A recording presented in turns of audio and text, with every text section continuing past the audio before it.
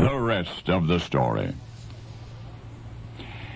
In this particularly hot sweatshop, there was one particularly cold place.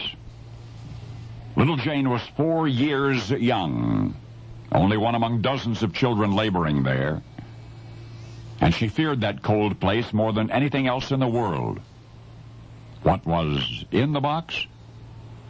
Well, it was a huge black box, a cube with 6-foot sides, mounted on large rubber-tired wheels. There was only one way in or out of the black box, a heavy, soundproof door with a lock on it, the key to which was kept in the possession of the sweatshop taskmaster. There was a solitary window also. It was small, made of thick glass. It could not be opened and was covered by an opaque curtain from the outside. The other children had told little Jane in fearful tones what was inside that black box.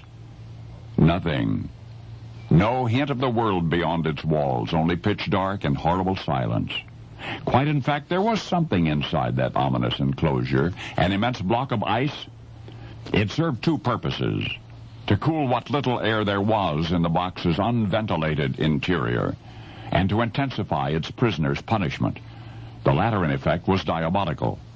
For only 3 options confronted the unfortunate child who found himself or herself thus imprisoned for long hours at a time: to stand alone in the dark, or to lie down in the cold, ever-expanding puddle produced by the melting ice, or to sit on the ice block itself. In any case, the result was always torture and often illness. And what earned a child such a terrifying sentence?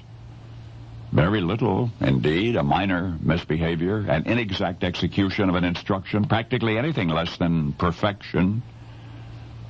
Of course, sweatshop employers continually threatened that telling any outsider about the black box was the surest way to get put back in. So the children's parents, who were not permitted on the work site, were also kept in the dark.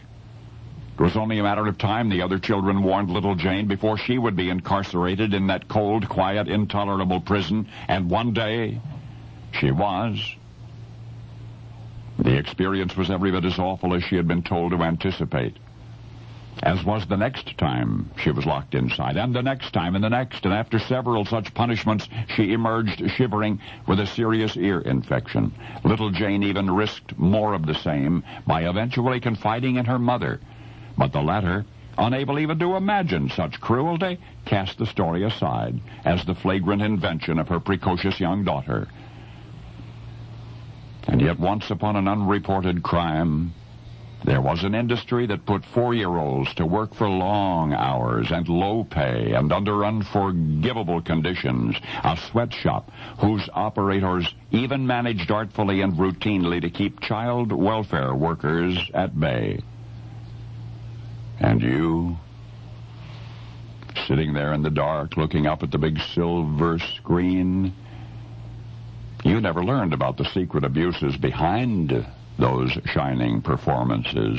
You never saw the fear behind the gunpoint smiles of child actors in the 1930s. Child actors like Jane. Shirley Jane Temple? Shirley Temple?